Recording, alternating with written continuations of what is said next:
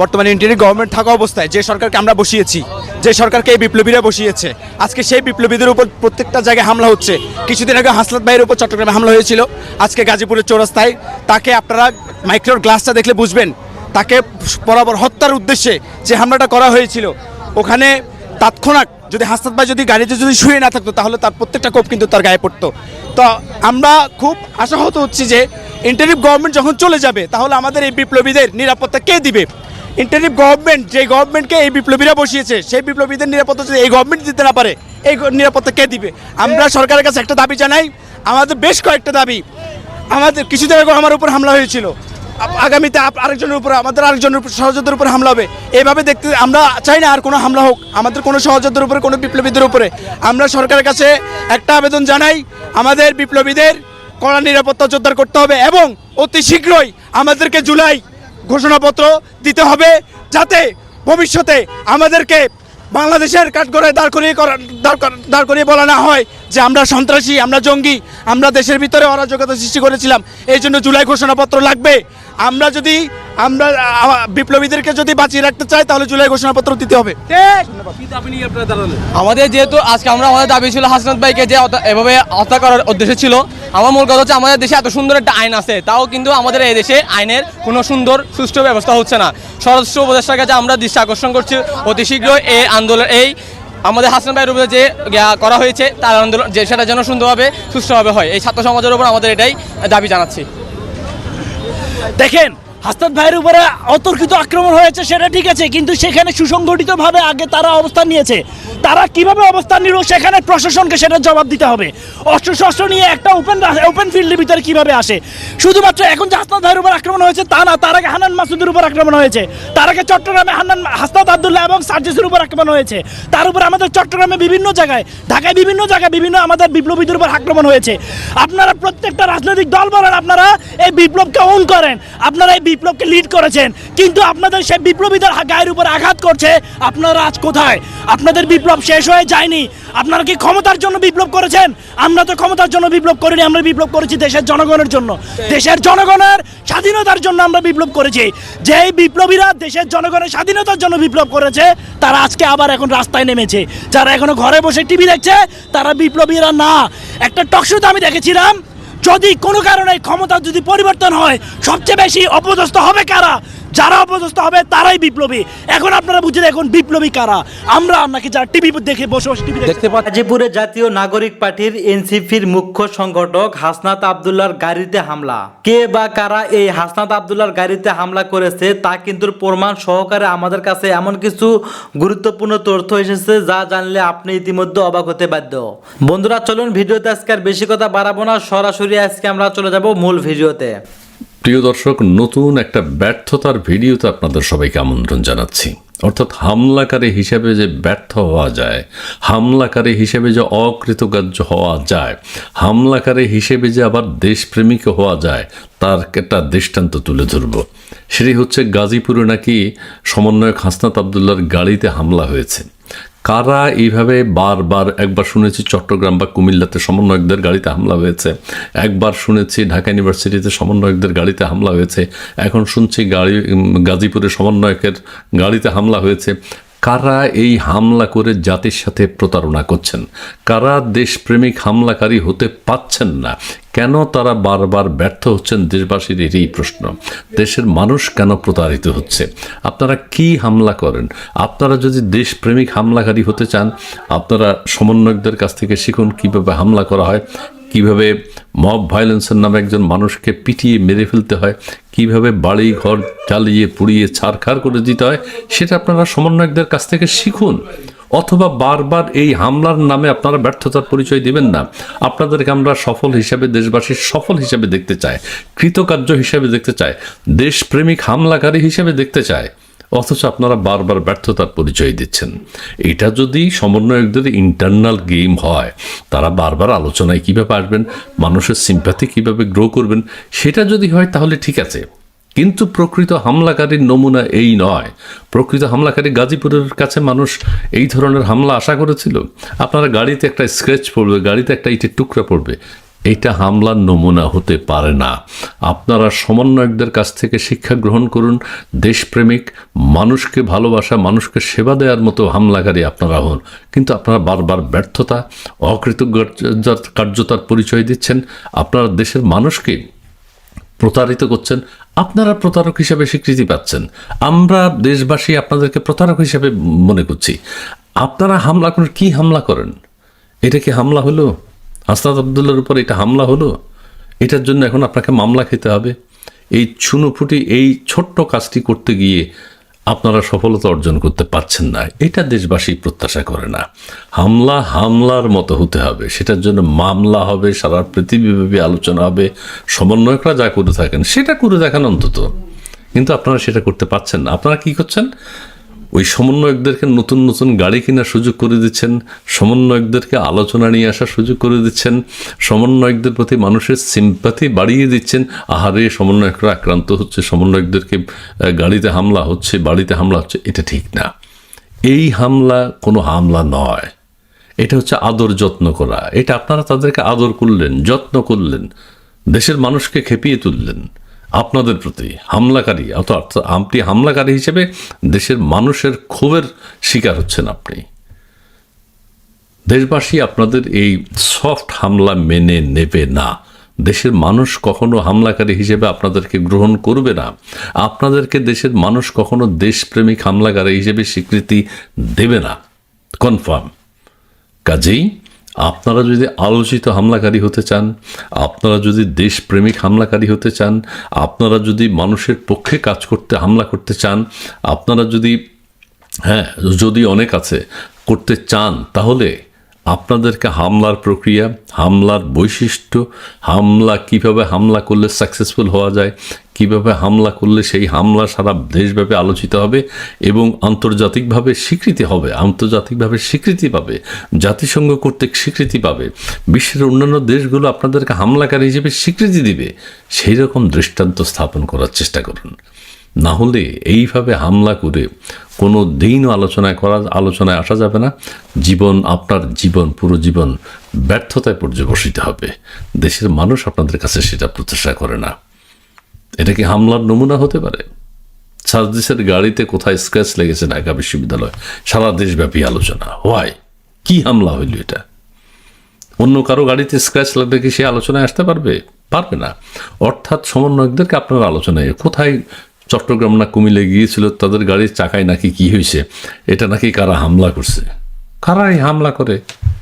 এইটা হামলা হতে পারে না। এটাকে হামলা বলে পত্রিকার শিরোনাম হচ্ছে, টেলিভিশনগুলোর শিরোনাম হচ্ছে। এটা দেশের মানুষ আর দেখতে চায় না। হামলার চূড়ান্ত রূপ মানুষ দেখতে চায় এবং সেইটা আপনাদের শিখতে হবে সমন্বয়কদের কাছ থেকে। আপনাদের হামলাকারী হিসেবে সাফল্য কামনা করে আজকের মতো এখানে শেষ করছি। আসসালামু আলাইকুম রহমতুল্লাহি ওয়া বারাকাতুহু। সম্মানিত দর্শক, ডক্টর মোহাম্মদ ইউনূসের অতি সাম্প্রতিক একটি বক্তব্য বাংলাদেশে এখন রীতিমতো আতঙ্ক তৈরি করে ফেলেছে। তিনি বিমান বাহিনীর একটি অনুষ্ঠানে প্রধান অতিথির বক্তব্য দিতে গিয়ে যে শব্দমালাগুলো উচ্চারণ করেছেন, এটি বাংলাদেশের রাষ্ট্র ক্ষমতা ইতিপূর্বে কেউ কখনো উচ্চারণ করেননি। সেই দিক থেকে যদি সাহস বলেন, শক্তি বলেন, ইতিবাচক দিক বলেন, এটি একটি অনন্য শব্দ। আর তার এই বক্তব্যের দ্বারা যদি অনাগত দিনে বা আগামীতে কোনো বিপদ দিয়ে আসে, আমরা একটি যুদ্ধের মধ্যে জড়িয়ে পড়ি, কিংবা দেশি বিদেশি চক্রান্তের যে ঘোর অমানিসা, এটি আমাদেরকে চারিদিক থেকে আঁকড়ে ধরে, তার জন্য কিন্তু ডক্টর মোহাম্মদ ইউনূসের এই যে বক্তব্যটি, এটি একটি ঐতিহাসিক দলিল হয়ে থাকবে। বক্তব্যটি হলো, তিনি যেটি বলেছেন সেটি হলো যে বর্তমান চলমান যে বিশ্ব, চারিদিকে যুদ্ধের দামামা, যুদ্ধ সারা দুনিয়াতে চলছে, আমাদের চারিপাশে চলছে, এবং এই মুহূর্তে পাকিস্তান এবং ভারতের যে যুদ্ধাবস্থা এবং যুদ্ধের মহড়া, এটিকে উপেক্ষা করার কোনো কারণ নেই, একেবারে সত্য কথা। তারপর তিনি বলেছেন যে আমাদের সীমান্তে ভয়াবহ যুদ্ধ চলছে দীর্ঘদিন ধরে। কাদের সাথে? মায়ানমারের সেনাবাহিনীর সঙ্গে এবং আরাকান আর্মির সঙ্গে। এবং কারণে অকারণে আমরা এই বিপদ এবং বিপত্তি থেকে নিজেদেরকে রক্ষা করতে পারছি না। মায়ানমারের অভ্যন্তরীণ এই গোলযোগের কারণে বাংলাদেশে এখন প্রায় 15 লক্ষ রোহিঙ্গা এসেছে। একই সঙ্গে সেই মায়ানমারের অভ্যন্তরীণ যুদ্ধ মাঝে মধ্যে সীমান্ত পাড়ি দিয়ে আমাদের এপারে চলে আসে। কখনো তাদের টিয়ার গ্যাস, কখনো তাদের মর্টার শেল, কখনো তাদের কামানের গোলা, বন্দুকের গুলি আমাদের এই অঞ্চলে চলে আসে এবং পরিস্থিতি মাঝে মধ্যে এতটা সঙ্গীন হয়ে পড়ে বা পড়েছে অতীতকালে যে মাইলের পর মাইল এলাকা জনশূন্য হয়ে যায়। এবং এটা দীর্ঘদিন চলার পর সেখানে আরাকান আর্মি জয়লাভ করেছে। আরাকান আর্মি জয়লাভ করার পরে তাদের হাতে বহু যে মায়ানমারের যে সামরিক জান্তা তারা গ্রেপ্তার হয়েছে, আর বহু সংখ্যক কয়েক হাজার সেই যে তাদের যে জান্তার বর্ডার গার্ড, সিকিউরিটি ফোর্স বা বর্ডার পুলিশ বলা হয় তাদেরকে, তারা প্রাণ ভয়ে বাংলাদেশে পালিয়ে এসেছে, আত্মসমর্পণ করেছে এবং আমাদের সেনাবাহিনী তাদেরকে গ্রহণ করতে বাধ্য হয়েছে এবং পরবর্তীতে আবার মায়ানমার সরকার জাহাজে করে তাদেরকে নিরাপদে বাংলাদেশ থেকে নিয়ে গেছে। এই গেল এক।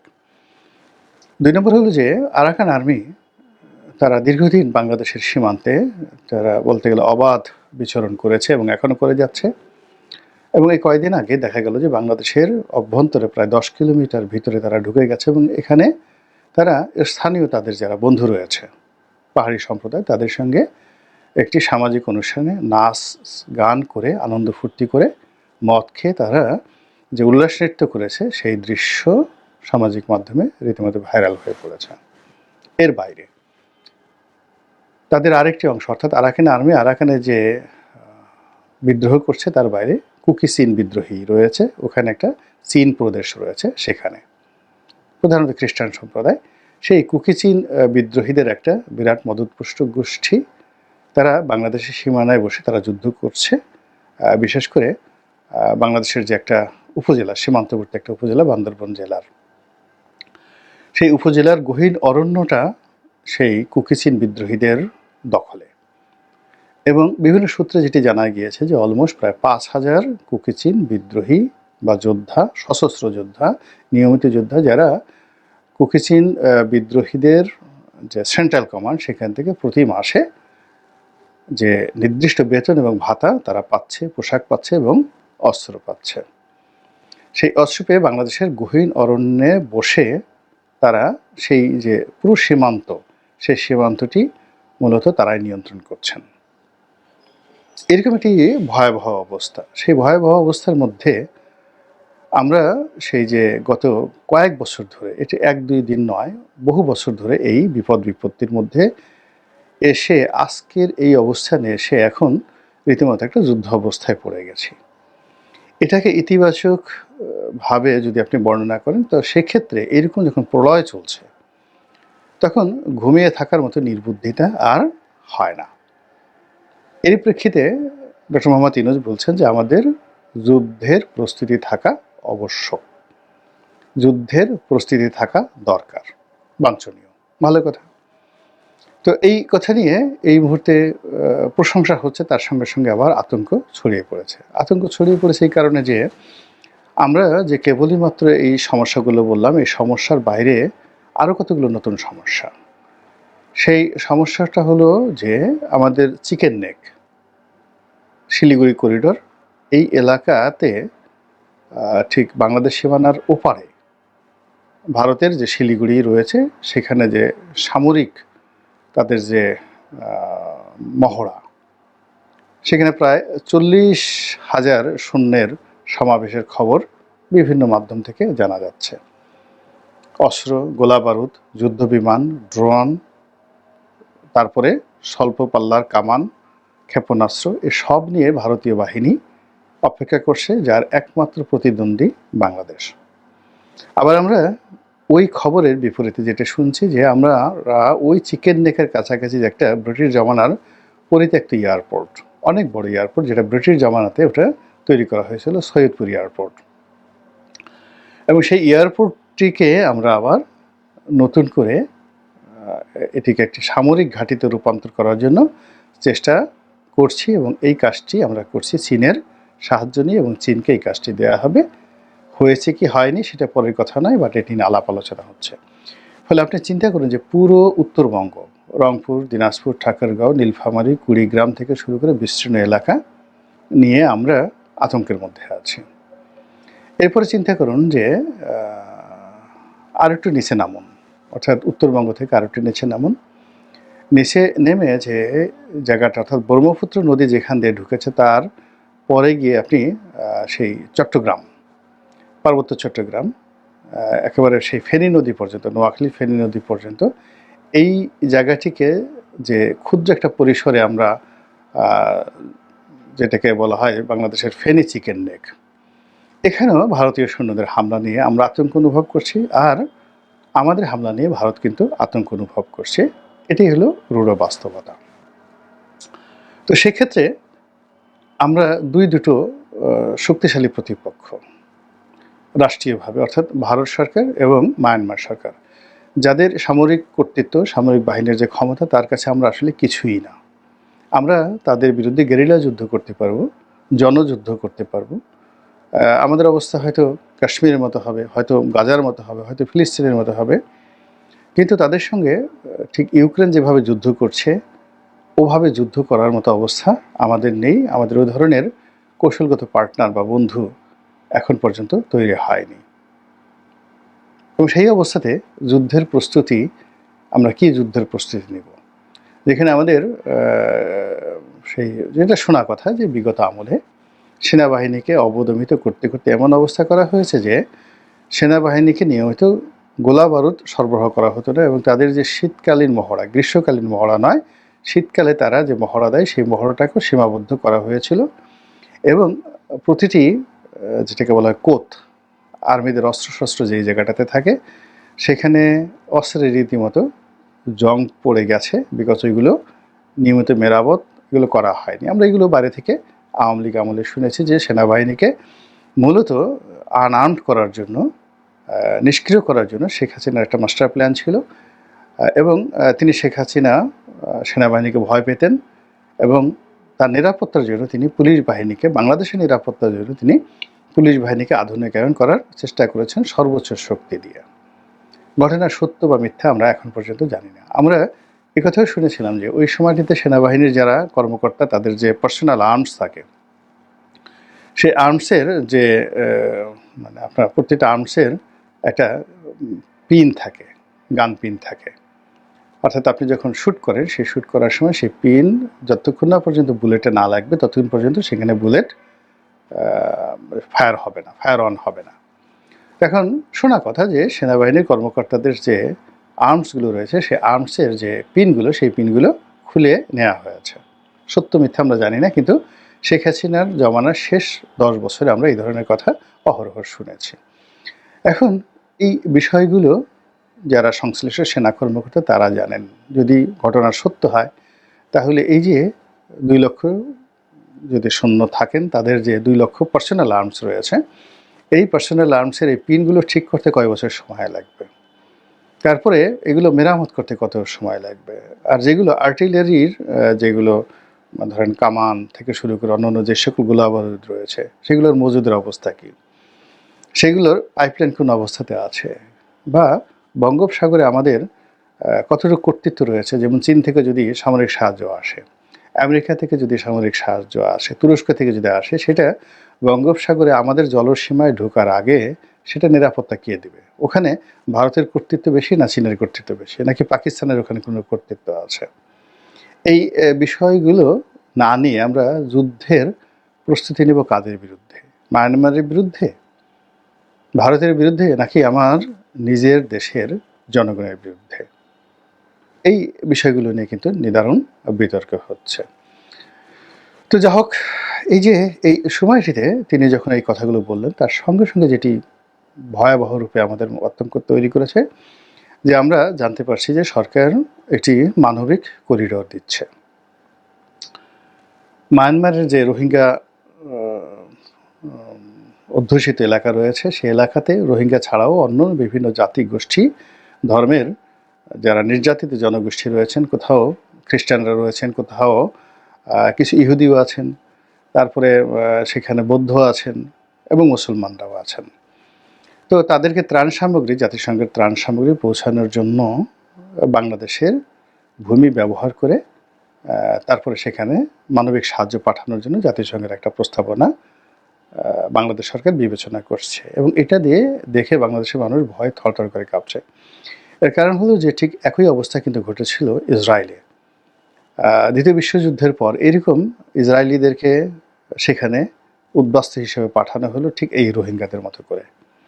তারপর তারা আস্তে আস্তে সেখানে জায়গা জমি কিনল, এবং এখন গিয়ে দেখেন যে অনেক ধনী রোহিঙ্গা রয়েছে যারা কক্সবাজারের অনেক ব্যবসা প্রতিষ্ঠান তারা চালাচ্ছেন, অনেক জায়গা জমি কিনেছেন, নিজেদের ছেলেমেয়ে তারা ওখানে বিয়ে দিয়েছেন, এবং অনেককে স্থানীয়দেরকে বিয়ে থা করে এমনভাবে সমাজের সঙ্গে মিশে গেছেন।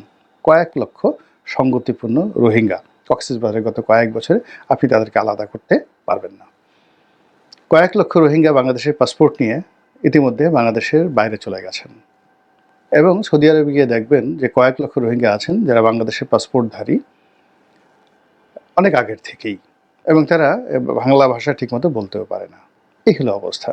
তো সেখানে যখন এরকম একটা মানবিক করিডোর হবে, সেটা যে কয়দিন পরে সামরিক করিডোর হবে না, এবং এটি যে আগামীতে একটা যুদ্ধের ক্ষেত্র প্রস্তুত করবে না, এবং এই যে একটা স্বাধীন রোহিঙ্গা ল্যান্ড প্রতিষ্ঠা করবে না, এবং সেটি মোকাবেলা করার জন্য আমাদেরকে যুদ্ধ করতে হবে, এবং সেই যুদ্ধ যে একটা অসম যুদ্ধ, একটা অসম্ভব যুদ্ধ। এর কারণ হলো যে আপনি যদি ফেনী নদী পার হয়ে আমাদের চট্টগ্রাম রেজিয়নে এই মুহূর্তে কয় ব্যাটালিয়ন সৈন্য আছে বা কয় ডিভিশন সৈন্য রয়েছে, চট্টগ্রাম, পার্বত্য চট্টগ্রাম, খাগড়াছড়ি থেকে শুরু করে বান্দরবন, কক্সবাজার, এখানে যে সকল ক্যান্টনমেন্ট রয়েছে সকলে কটা মানে কতজন সৈন্য রয়েছে, এবং এই সৈন্যবাহিনী নিয়ে আমরা এই শান্তি বাহিনীর কয়েক হাজার যাকে বলা হয় গেরিলা যোদ্ধা তাদের সঙ্গে পেরে উঠছি না। সেই শহীদ প্রেসিডেন্ট জিয়াউর রহমানের আমলের থেকেই এই যুদ্ধগুলো চলছে ক্রমাগত, পেরে উঠছি না। আমাদের বহু সৈন্য হতাহত হয়েছে, সেইখানে আমরা আরাকান আর্মির সঙ্গে যুদ্ধ করব, মায়ানমার আর্মির কথা বাদ দেন, কুকিচিনদের সাথে যুদ্ধ করবো, অসম্ভব ব্যাপার, একেবারে অসম্ভব ব্যাপার। তো এই জায়গাটাতে ডক্টর মোহাম্মদ ইউনূস যুদ্ধ করতে চাচ্ছেন, কিভাবে কি করতে চাচ্ছেন, এটি নিয়ে কিন্তু ভীষণ রকম একটা আতঙ্ক চারিদিকে ছড়িয়ে পড়েছে। এই যে আতঙ্ক, সেই আতঙ্কের পাশাপাশি যেটি আরেকটি রয়েছে, যেটা এখানে বলা খুবই জরুরি, সেটি হলো যে আমাদের আরও একজন খুবই আলোচিত ব্যক্তি বাংলাদেশে, সেটি হলো মেজর জেনারেল ফজলুর রহমান। তিনি একসময় বিডিআরের ডিজি ছিলেন। তো তিনিও একটি বক্তব্য দিয়েছেন, সেটি হলো তিনি সেভেন সিস্টার দখল করার বা ভারতের সাথে যুদ্ধ করে সেভেন সিস্টার দখলে নেয়ার একটা প্রস্তাবনা দিয়েছেন, হুমকি দিয়েছেন, পরিকল্পনা করেছেন। জনাব ফজলুর রহমান বীর যোদ্ধা, তার কথাবার্তা যথেষ্ট ম্যাচিউর, ইসলামী ধারায় বিশ্বাসী, অনেকটা তার ভিতরে একটা খালিদ বিন ওয়ালিদ এরকম, বা উমর ইবনুল আস, ইসলামের দুজন মহাবীর, এরকম একটা যাকে বলা হয় স্ট্যামিনা তার মধ্যে রয়েছে। বাংলাদেশে হয়তো এই মুহূর্তে সেটি কতটা বাস্তব অবাস্তব তার বড় কথা নয়, কিন্তু তার যে একটা মিলিটারি পয়েন্ট, সেই মিলিটারি পয়েন্ট অফ ভিউতে তিনি যে কথাটা বলেছেন, এটাকে আর যে যাই বলুক না কেন, আমি এটাকে একটা বাগোয়াজ বা কথার কথা মনে করি না। তিনি যেটি বলেছেন যে বাংলাদেশের জন্য একটা অসম্ভব সম্ভাবনা তৈরি হবে যদি সত্যিকার অর্থে পাকিস্তান এবং যাকে বলা হয় ভারতের মধ্যে তুমুল যুদ্ধ শুরু হয়ে যায়, এবং ওয়েস্টার্ন ফ্রন্টে, ভারতের যে ওয়েস্টার্ন ফ্রন্টে পাকিস্তানের যুদ্ধ যদি হয়ে যায়, অর্থাৎ পাঞ্জাব ফ্রন্টে, কাশ্মীর ফ্রন্টে, এই দুটো ফ্রন্টে যদি যুদ্ধ হয়ে যায়, সেই যুদ্ধকে ভারত ইচ্ছে করেই বাংলাদেশের দিকে টেনে নিয়ে আসবে, তখন সে আহত বাঘ হয়ে যাবে। এর কারণ হলো তার কাছে মনে হবে যে ওই ফ্রন্টে যুদ্ধ হচ্ছে, ফলে এই ফ্রন্টে যদি বাংলাদেশ অরক্ষিত থাকে তাহলে এই ভূমিকে কেন্দ্র করে তার যে পুরো ইস্টার্ন রিজনটা বিচ্ছিন্ন করে দেওয়া হবে। অর্থাৎ আমরা যদি ছাড় দিই, ভারত কিন্তু ছাড় দেবে না। তখন ভারত কি করবে, এখানে পুরো বাংলাদেশ দখল করে ফেলবে উইদিন 15 ডেজের মধ্যে। কাজেই এই যে 15 ডেজ যুদ্ধ যখন প্রবল আকার হবে, ওখানে কোনো রকম যদি বাংলাদেশ আঙ্গুল চুষে বসে থাকে, তাহলে এই বাংলাদেশকে হারাতে হবে। এবং এটা যুদ্ধের যে একটা নিয়ম, এটা মেজর জেনারেল ফজলুর রহমান সাহেব খুব ভালোভাবে বুঝতে পেরেছেন। বাংলা, বিহার, উড়িষ্যার হাজার বছরের ইতিহাসে এইভাবেই ঘটনা ঘটেছে। এইভাবে আপনি যদি মনে করেন যে একেবারে সেই অশোক থেকে শুরু করে অশোক না, আরও আগে আপনি যদি নন্দবংশ থেকে চন্দ্রগুপ্ত মৌর্য অর্থাৎ মৌর্য বংশের পরে গুপ্ত বংশ, তো এই যে গুপ্ত বংশ থেকে এরপর যদি আপনি শশাঙ্কর আমল ধরেন, শশাঙ্কর আমল থেকে আপনি যদি হর্ষবর্ধনের আমল আসেন, হর্ষবর্ধনের পরে তারপর যদি আপনি পাল বংশ আসেন, পাল বংশের 400 বছর পরে যদি আপনি সেন বংশ আসেন, সেন বংশর পরে যদি আপনি ইখতিয়ার উদ্দিন মোহাম্মদ বিন বখতিয়ার খুলজির শাসন আমল ধরেন, শাসন আমলের পরে যদি সুলতানি আমল ধরেন, সুলতানি আমলের পরে যদি আবার স্বাধীন বাংলার যে সুলতানি আমল, দুটো, একটা হলো দিল্লির সুলতানি আমল আর একটা হলো স্বাধীন বাংলার সুলতানি আমল, এরপরে যদি মোগল আমল ধরেন, মোগল আমলের পরে ব্রিটিশ আমল যান, ব্রিটিশ আমলের পরে পাকিস্তান আমলে যান এবং 1965-এর যে যুদ্ধ, সেই যুদ্ধের ইতিহাস যদি ধরেন, তাহলে আপনি একেবারে নিশ্চিতভাবে দেখেন যে জেনারেল ফজলুর রহমান যে কথাটা বলেছেন, এই কথাটাকে আপনাকে শতভাগ সমর্থন দিতে হবে। 1965 ভারতের সবচেয়ে বড় ভুল, অর্থাৎ ওয়েস্টার্ন ফ্রন্টে তারা যখন যুদ্ধ করছিল, তারা যদি তখন চাইতো ইস্টার্ন ফ্রন্ট, অর্থাৎ এই অঞ্চলটিকে তারা দখল করে নেবে, এটি তাদের জন্য 1 ঘন্টার বিষয় ছিল। এর কারণে পুরো এই পূর্ববঙ্গটি তারা অরক্ষিত অবস্থায় রেখে গিয়েছিল পশ্চিম পাকিস্তানের যারা লোকজন। ফলে এটা যদি তারা কাট আপ করে দিত, তাহলে 1971 সনটা তৈরি হতো না, নতুন একটা ইতিহাস তারা তৈরি হতো। এবং সেই ভুলটা তারা যে করেছে 1965-এ, এই জন্য তারা অনুশোচনা অনুভব করে এবং তার জন্য কিন্তু 1971 সনে তারা বাংলাদেশের মুক্তিবাহিনীকে তারা সাহায্য করেছে, সহযোগিতা করেছে এবং নিজেরা এখানে সৈন্য সমাবেশ করেছে। পরবর্তীতে আবার 71 সনে তারা যে কারণে যুদ্ধ করেছে, এটা তারা বাংলাদেশের স্বাধীনতার জন্য যুদ্ধ করেনি।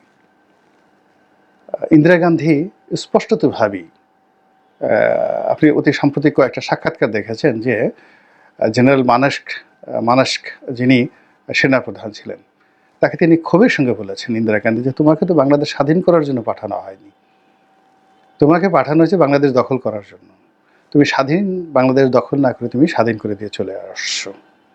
একই অবস্থা জেনারেল অরোরার সাথে হয়েছে। কাজে ইন্দিরা গান্ধীর সঙ্গে কিন্তু বঙ্গবন্ধুর সম্পর্কটা ভালো ছিল না। ফলে তিনি ব্যক্তিত্বে, মানে বঙ্গবন্ধু যখন জেলখানা থেকে ছাড়া পাওয়ার পরে ওই যে 24 ঘন্টা থেকে 48 ঘন্টার সময়, অর্থাৎ হিথ্রোতে গেলেন, সেখান থেকে দিল্লিতে আসলেন, দিল্লি থেকে দমদমে আসলেন, তারপর শেষে কলকাতাতে আসলেন, এরপর ঢাকা আসলেন, এই সময়টার মধ্যে মূলত বাংলাদেশের দ্বিতীয় স্বাধীনতা হয়েছে। ওই সময়টাতে বঙ্গবন্ধুর সঙ্গে মূলত ইন্দিরা গান্ধী কূটনৈতিক দক্ষতায় পেরে ওঠেননি, ব্যক্তিত্বে পেরে ওঠেননি, নেতৃত্বের গুণাবলীতে পেরে ওঠেননি, কিন্তু তাদের যে মাস্টার প্ল্যান ছিল সেটা হলো টু অকুপাই বাংলাদেশ। এবং সেই জিনিসটি তারা আবার যখন একটা সুযোগ আসবে, এই যে এখন যে সুযোগ আসবে, তারা সেটা হাড়ে হাড়ে গ্রহণ করবে, 1 সেকেন্ডও সুযোগ দেবে না। এই কথাটা জেনারেল ফজলুর রহমান সাহেব কিন্তু বলেছেন। তো কাজেই মূল ব্যাপার হলো যে আমরা কি করব বা না করব। আজকের এই যে আমার এই বক্তব্যটা আমার গা কাটা দিচ্ছে,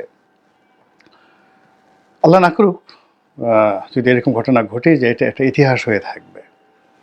এবং সেক্ষেত্রে ধরুন ফজলুর রহমান সাহেব প্রথম বললেন, দ্বিতীয় আমি বললাম সাধারণ মানুষের মধ্যে, আর ডক্টর মোহাম্মদ ইউনূসও যুদ্ধ প্রস্তুতির কথা বলেছেন। তো কাজেই এটা নিয়ে আপনারা কী করবেন, কী চিন্তা করবেন, সামরিক বাহিনী কী করবেন, এটা তাদের ব্যাপার। বাট আমাদের কাছে যতটুকু যেটা মনে হয়েছে, দিস ইজ দ্য টাইম, যেটা আঙ্গুল চুষে বসে থাকার সময় নয়। দিস ইজ দ্য টাইম যেখানে কালক্ষেপণ করার সময় নেই, পূর্ণ প্রস্তুতি নিয়ে থাকতে হবে। যে কোনো পরিস্থিতিতে আমরা 24 ঘন্টা থেকে 48 ঘন্টা সময় পাবো, অনলি 48 ঘন্টা। আমাদের ভূমি আমাদের থাকবে, নচেত আমরা ভূমি হারিয়ে ফেলব। আল্লাহ আমাদের সবাইকে হেদায়েত দান করুন এবং হেফাজত করুন। আসসালামু আলাইকুম ওয়া রাহমাতুল্লাহি ওয়া বারাকাতুহু। ধন্যবাদ প্রিয় দর্শকবৃন্দ, আমাদের ফুল ভিডিওটি দেখার জন্য আপনাকে জানাই অসংখ্য ধন্যবাদ। তো বন্ধুরা, এতক্ষণ আপনারা যে ভিডিও ফুটেজ দেখতে পেয়েছেন, যে এনসিপির নেতা বর্তমান হাসনাত আবদুল্লাহর গাড়িতে আক্রমণ করা হয়েছে, তা কিন্তু আপনারা ইতিমধ্যে দেখতে পেয়েছেন। এইবার এই বিষয়টা আপনারা কিভাবে দেখছেন এবং আজকের এই ভিডিওটি নিয়ে আপনাদের কি মন্তব্য, অবশ্যই কমেন্ট বক্সে কমেন্ট করতে ভুলবেন না। আর হ্যাঁ, এমন নিত্য নতুন আপডেট খবর সবার আগে পেতে চাইলে এখনই আমাদের এই পিচ্চি সাকিব ইউটিউব চ্যানেলটি সাবস্ক্রাইব করুন। ধন্যবাদ।